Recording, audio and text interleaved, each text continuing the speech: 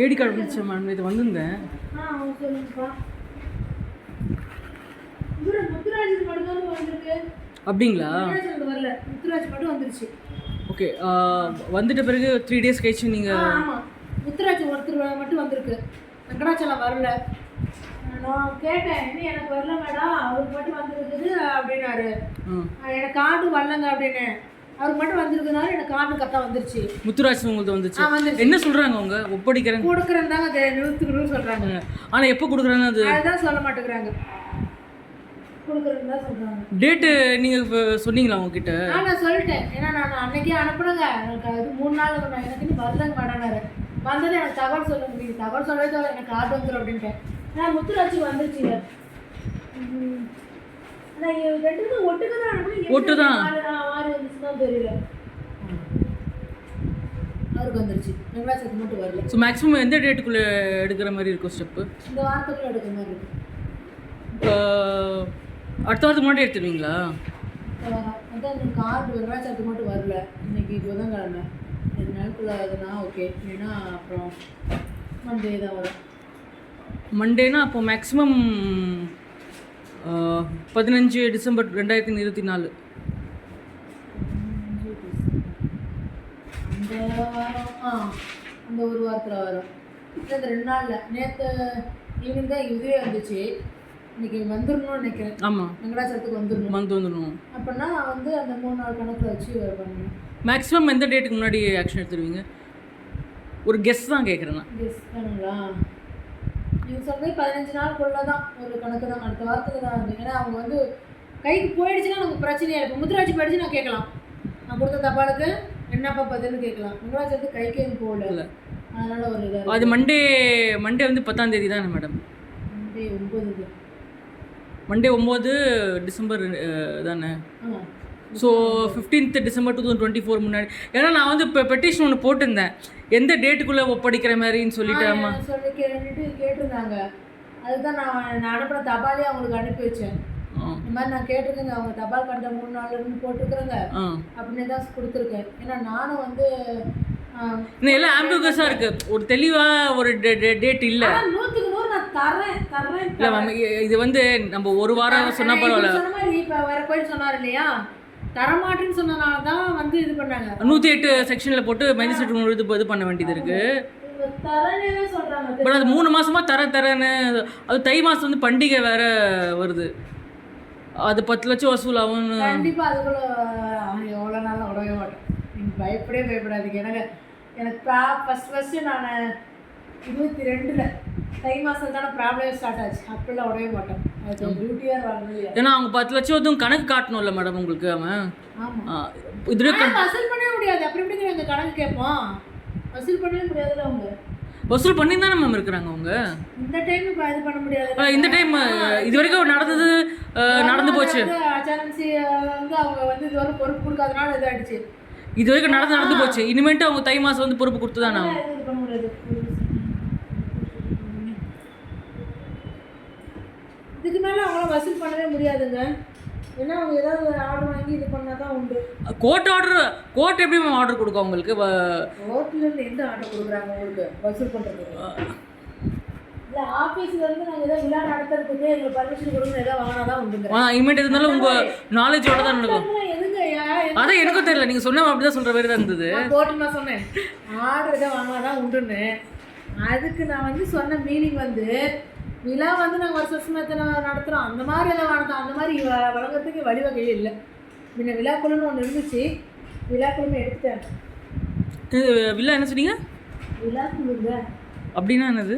அப்படின்னா வந்து இப்போ இந்த ஃபெஸ்டிவலாக நாங்கள் நடத்துகிறோம் சொல்லி ஆர்டர் வாங்குறது. ஓ, 10 பேர் 5 பேர். ஓகே, இது வரைக்கும் அவங்க ஆர்டர் வாங்கினதே கிடையாது ஒரு வாட்டி கூட. இனிமேட்டுக்கு வழிவகையே இல்லை. ஓ, பை டிஃபால்ட். ஓ, கேட்காம முன்ன வந்து நம்ம இப்போ சாய் சஞ்சயா, நீங்கள் சாய் சஞ்சய், நீங்கள் உங்கள் முக்கியமான உங்கள் கொலிக்ஸ் யார் இருக்கணும், அது மாதிரி போட்டு இந்த விழாவை நாங்கள் தான் நடத்தணும்னு சொல்லி இங்கே வந்து லெட்டர் பேடில் வந்து அந்த லோக்கல் இருக்காங்களா பொலிட்டிக்கல், அந்த லெட்டர் பேடில் வந்து கொடுத்தாங்கன்னா போட்டுக்கிட்டு இருந்தாங்க. இப்போ விழாக்குழுன்னு இல்லை. ஓகே, ஸோ அவங்களே பண்ணிக்கலாம் அது. ஆமாம், கவர்மெண்ட் தான் பண்ணுவாங்க. விழாக்குழுங்கிற ஆர்டர் இல்லைங்க இப்போலாம். ஓ அதாவது அதெல்லாம் இருந்துச்சு வந்து லெட்டர் பேட்ல. ஆமாம், இந்த காலத்தில் வந்து இங்கே ஆர்டர் இருந்து விழாக்கள் இத்தனை பேர்த்துக்கு வந்து நீங்கள் அந்த விழாவை நடத்திக்கிங்கன்னு சொல்லி இருந்துச்சு. அந்த மாதிரி இப்போ பை டிஃபால்ட்டாக கவர்மெண்ட் ஆமாம் இது பண்ண முடியும். லோக்கல்னால சரி ஏதோ நம்மளால வந்து என்ன பண்ண முடியும், ஒரு கற்பூரம் ஊதி போய் தான் பண்ண முடியும். ஆமாம், ஏங்க அங்கே என்ன சோர்ஸ் இருக்குது நாங்கள் பண்ணுறதுக்கு, அந்த மாதிரி தான். அதனால் பார்க்கலாங்க சரிங்களா. எனக்கு இப்போ வந்துருச்சுன்னா வச்சுக்கோங்களேன், எனக்கு மண்டே கிளியர் ஆகிடும். மண்டே அவங்க மண்டே வேண்டாம் மேம், ஏன்னா அவங்க அன்னதானம் போடுறாங்க முன்னே. அது கார்த்திகை தீபம் ஓ படி வச்சுருக்காங்களா? ஆமாம் 200 பேருக்கு போடுவாங்க அன்னதானம் அன்றைக்கி.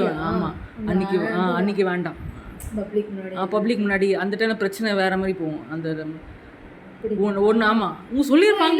இல்லை அதெல்லாம் அது கோயில் சார்பாக தான் போடுறாங்க. கோயில் சார்பாக போடுறாங்க. ஆமாம் ஐயப்ப பக்தர்கள் சார்பாவா? இல்லை, அது வருஷம் கார்த்திகை தீபம் அப்போ அந்த வீடு இருக்குல்ல மேடம், கோயில் வீடு, அதுக்கு முன்னாடி கோயில் சார்பாக வசூல் பண்ணி எல்லாம் அன்னதானம் வைக்கிறாங்க. எப்படி வந்து ஐயப்பன் சார்பாக வைக்கிறாங்க அது எனக்கு டீட்டெயில்ஸ் தெரியல. அன்னதானம் வந்து ஒரு சில கோயிலில் இவ்வளோ கிராம கோயிலில் ஐயப்பன் பாதை வச்சு அங்கே ஐயப்பன் லேடிஸ்லாம் வராங்களே.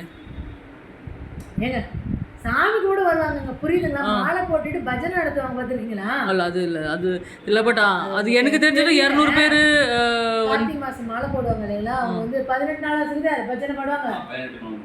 பஜனை பாடுவாங்க சாமி வச்சு, முருகர் ஐயப்பனை விநாயகர் வச்சு படி 18 படி வச்சு ஈவினிங் ஆனால் பஜனை பாடி பிரசாதம் கொடுப்பாங்க. இப்போ நம்ம ஒரு வச்சுக்காக நடத்தினா பிரசாதம் கொடுக்குறது அந்த மாதிரி கொடுப்பாங்க. அது என்ன எல்லா இது வந்து லார்ஜ் ஸ்கேல் அன்னதானம் மண்டே இருக்கு. பட் அன்னைக்கு மண்டே வந்து ஒருத்தர் வந்து ரொம்ப 18 வருஷமா தொடர்ந்து போவாங்க இல்லைங்களா? இல்லை 7 வருஷம் போவாங்க, 9 வருஷம் போகிறாங்க. அந்த மாதிரி வந்து ரொம்ப லாங்காக போயிட்டு இருக்கிறவங்க அந்த மாதிரி அன்னதானம் போடுவாங்க. ஸோ மண்டே வேண்டாம், அன்னதானத்துலேயே அவங்க பிஸியாக தான். இல்லை அந்த டைமில் நீங்கள் நினச்சா கூட அது அதெல்லாம் பப்ளிக் ஒரு சாப்பாடுல வேண்டாம். அதுதான் சொல்கிறேன். ஸோ 15/12/2024 அதுக்கு முன்னாடி ஆக்சுவலாக கண்டிப்பாக வந்துருங்க. இல்லை அதுக்கு முன்னாடி ஆஃப்கோர்ஸ் 80 கார்டு வந்துடும் உங்களுக்கு. இன்றைக்கே மோஸ்ட்லி வந்துடும். வந்துருச்சு. ஸோ ரெண்டுமே ஒரே மாதிரி வரும். ஒன் டே ஏன் இப்படின்னா எப்பயுமே இந்த மாதிரி நாங்கள் அனுப்பினேன். இது வந்து ஸ்டார்டிங் அந்த சிலை திறப்புக்குள்ள என்னை என்கொயரி பண்ணலேருந்து நோட்டீஸ் அனுப்பி இது வரல இவ்வளோ டிலே ஆனதே இல்லை. அவங்க என்ன சொல்கிறாங்க, சிலை கட்டுக்கு அவங்க இன்வெஸ்டிகேஷன் முடிச்சிட்டாங்க. அவங்க நாங்கள் ரிப்போர்ட் பண்ணுறீங்க, எங்களுக்கு ரிப்ளை வரல என்னன்ட்டு. நீங்கள் ரிப்போர்ட் பண்ணிட்டீங்களா? அது ஃபர்ஸ்ட் இது பண்ணது கேட்டிருந்தாங்க, நிறைய கொஸ்டின் கேட்டிருந்தாங்க, அது கொடுத்துருக்கோம். பட் அவங்க சைட்லேருந்து அவங்க ஃபைல் மோஸ்ட்லி க்ளோஸ் பண்ணிட்டு தான் இருப்பாங்க. என்னன்னு தெரியலங்க எனக்கு. ஏன்னா ஒவ்வொரு ரிப்போர்ட்டில் வந்து எனக்கு என்ன வருது, சிலை கட்ட பிரிவு விசாரணை இருக்குது.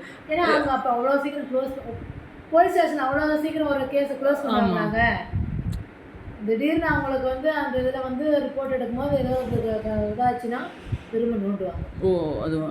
நீங்கள் நார்மலாக ஒரு கேஸில் போய் நீங்கள் எஃப்ஐஆர் போட்டாலே ஆமாம் எப்படிங்க உங்களுக்கு வந்து சீக்கிரம் க்ளோஸ் பண்ணி கொடுக்குறாங்களா சொல்லுங்கள்? இல்லை அப்புறம் எந்த கேஸுமே அவ்வளோ சீக்கிரம் முடிக்கவே மாட்டாங்க போலீஸில் மட்டும். இது அதை விட இது ஐடல் விங்னா சீரியஸான விஷயம் முடிச்சிருவாங்கிறீங்க. ஏன்னா நிறைய கேசஸ் இருக்கும், அதில் இது ஒரு கேஸ் வரும் பெண்டிங், அதில் லிஸ்ட் இருக்கும். அதுதான் அதில் வரும், பிஆரில் வரும்போது வந்துடும். அவ்வளோ சீக்கிரம் எந்த கேஸுமே முடிக்கவே மாட்டாங்கங்க. அது இருக்கட்டும் மேடம். அது இது எனக்கு வந்து இன்னைக்கு ரிட்டர்ன் வந்துச்சுன்னா ஓகேங்க. Tuesday, that is 10 December 2024. So 15 December 2024 வந்து சொன்னேன். கார்டு போய் சேர இவ்வளோ இதாக இருக்குது. ஏன்னா நம்ம ரொம்பவே கால அவகாசம் கொடுத்துட்டோம் உங்களுக்கு.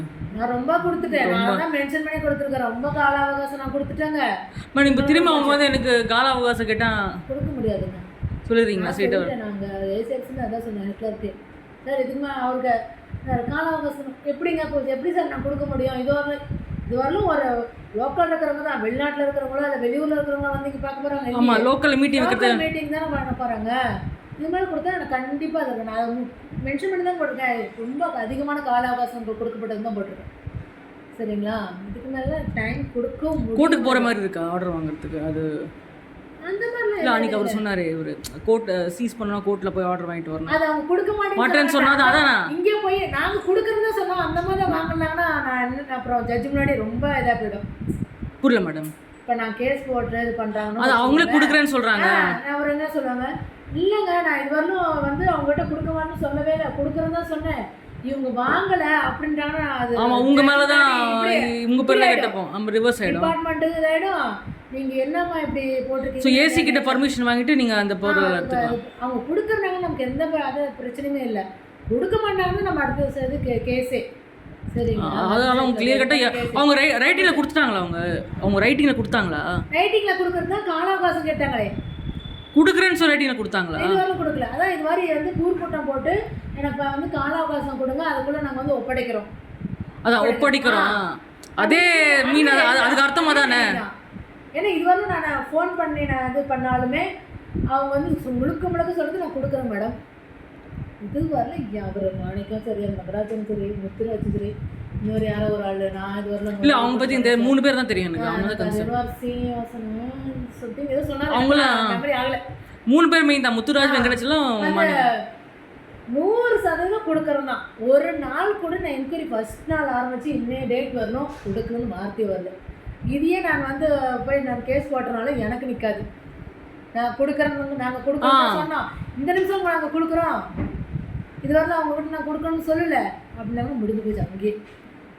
இப்போ 15 டிசம்பர் 2024 முன்னாடி அதெல்லாம் ஒன்றும் இல்லை. நான் சொல்கிறேன், நான் தபால் அனுப்பிட்டேன், எனக்கு முத்துராஜுக்கு வந்துருச்சு, எனக்கு வெங்கடாச்சலுக்கு மட்டும் வரல. வந்தால் தான் நான் மாணிக்கத்துக்கு அனுப்பல.